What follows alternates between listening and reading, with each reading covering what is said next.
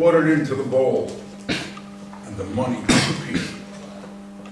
And he poured more and more, and the moment he would pour it, it would disappear.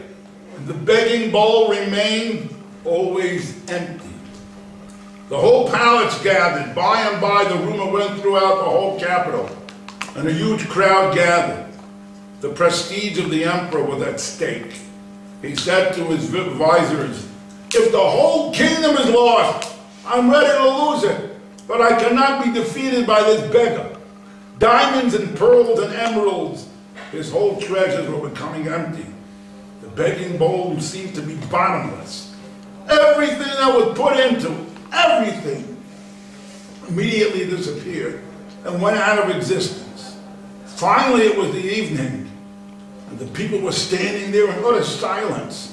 The king dropped at the feet of the beggar, and he admitted his defeat. He said, "You won. But just tell me one thing. You win, but before you leave, fulfill my curiosity. What is this begging bowl made of?"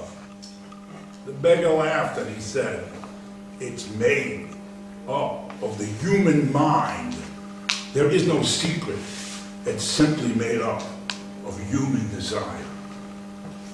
This understanding transforms life. Go into one desire. What is the mechanism of it? First, there's a great excitement, a great thrill, an adventure. You feel a great kick. Something's going to happen. You're on the verge of it. And then you get that car, you have that yacht, you get that house, and suddenly it's all meaningless again. What happens? Your mind has dematerialized it. The car's standing in the drive, but there's no excitement anymore. The excitement was only in getting it. You became so drunk with the desire, you forgot your inner nothingness. Now that the desire is fulfilled, and the car's in the drive, the money's in your bank, again, excitement disappears, and again the emptiness is there, ready to eat you up. You have to create another desire to escape this yawning abyss. That's how one moves from one desire to another desire. That's how one remains a beggar. Your whole life proved it again and again. Every desire frustrates. And when the goal is achieved, you're going to need another desire. The day you understand that desire as such is going to fail, comes a turning point in your life. The other journey is inwards. Move inward and come back home. There's many, many, many stories like that, Rabbi Zach, that get across this point. Now the obvious question is, okay, great, I got the problem. Now what can we do about it? So I'll tell you some advice, very important lessons. Rav Lopian writes at the end of Parshas Vayechi, to uproot a midah, to uproot a characteristic trait, needs tremendous work, Torah and Musa, and a lot of divine assistance, Siyata D'Shmaya, which of course is dominating us. I cannot give you a whole sikha on how important it is. Whatever we need in life, we got to talk to God.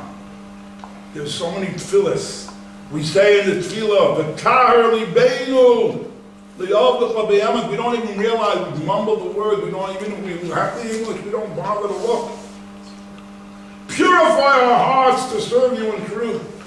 And we say every day in Shmon Esrei, in the bracha on tshuva, v'hachzireinu b'tshuva shleima l'fanecha. Influence us to return in perfect repentance before you. Which means a repentance where we uproot and purify the power behind and the source of sin, which is bad midos, which are in the heart of a person. Then we can stand before Hashem.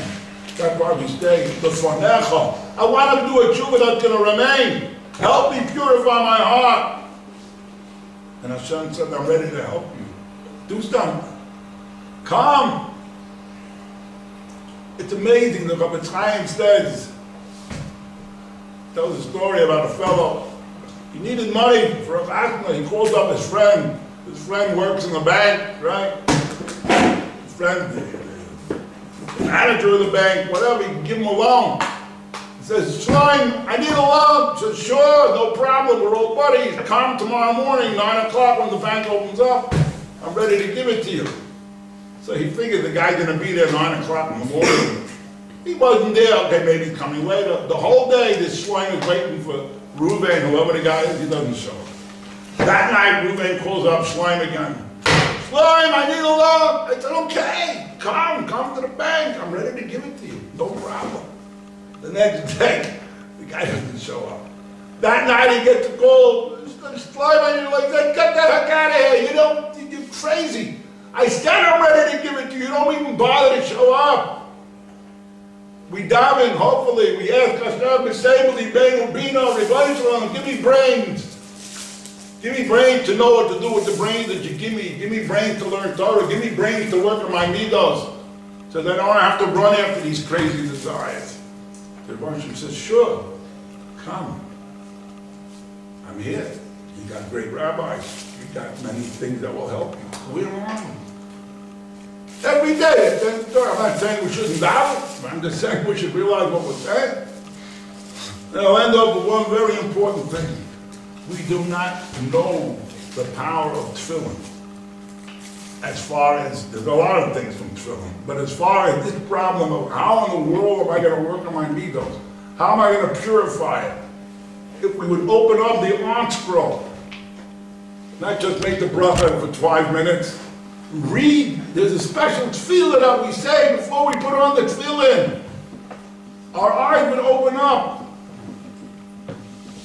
Part of what it said is as follows. It said that the parshios in the tefillin contain his oneness and unity.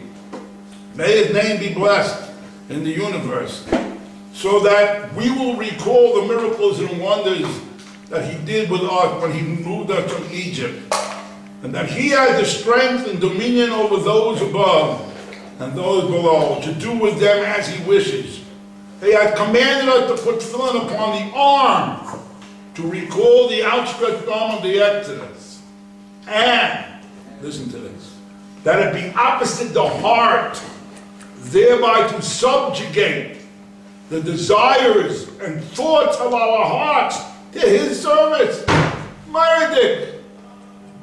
How, the idea I told you is not enough in the head, it's got to go in the heart. How am I going to get these ideas in the heart? We say it every day in the davening, we don't even realize it. Putting on the tefillin will help, it's next to the heart, it'll help work it out. May his name be blessed. And upon the head, opposite the brain, so that the soul that is in my brain, together with my other senses and potential, may be all subjugated to his service. May his name be blessed. May some of the spiritual commandment of tefillin be extended upon me, so that I have a long life and a flow of holiness and holy thoughts, without even an inkling of sin or iniquity, and that evil inclination will not seduce us, nor incite against us, and then permit us to serve Hashem, as is our heart's desire. As I mentioned before, we've got to know the problem first. I know in Alcoholics Anonymous and many of these places, the first thing is realize that we got a problem. Realize that we could know everything in our head. It doesn't help. You could see miracles. We saw with Saddam. The doctor, the cancer doctor, saw the devastation of smoking. It didn't stop him from smoking. That's the way people are. If we don't work on it, and ask Hashem to help us, the more you continue learning something time and again, that's how you get it from your head into your heart. As far as tefillin is concerned, I'm not familiar with these nicotine patches, but I don't think people just put it on for 2 minutes and then take it off. They keep it on as long as they need it. I need it there as long as possible to get the nicotine. I don't even know how it works, but whatever.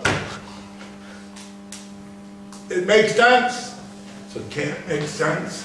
That tefillin, the parshiot, that's why everything has to be kosher exactly. If there's one letter that's missing, when you have a radio and there's one screw that's missing and one wire that's off, the whole thing doesn't work. These things work with tefillin as well. Not just for 2 minutes. If we realize that, we would say the prayer even. We would come on. It would open our eyes. And then you know the rest. If you internalize these things, you'll live your life completely different. It's such a wonderful life. Instead of having to escape reality and running after all these desires, right, you learn how to understand reality and you live a life of joy. As the saying goes, the purpose of life is to live a life of purpose. You have a purpose in life. That's what you're going to find out. Come, and I guarantee, like I always say, if you learn these things and get it into your heart, you will live a happier life in this world and the next.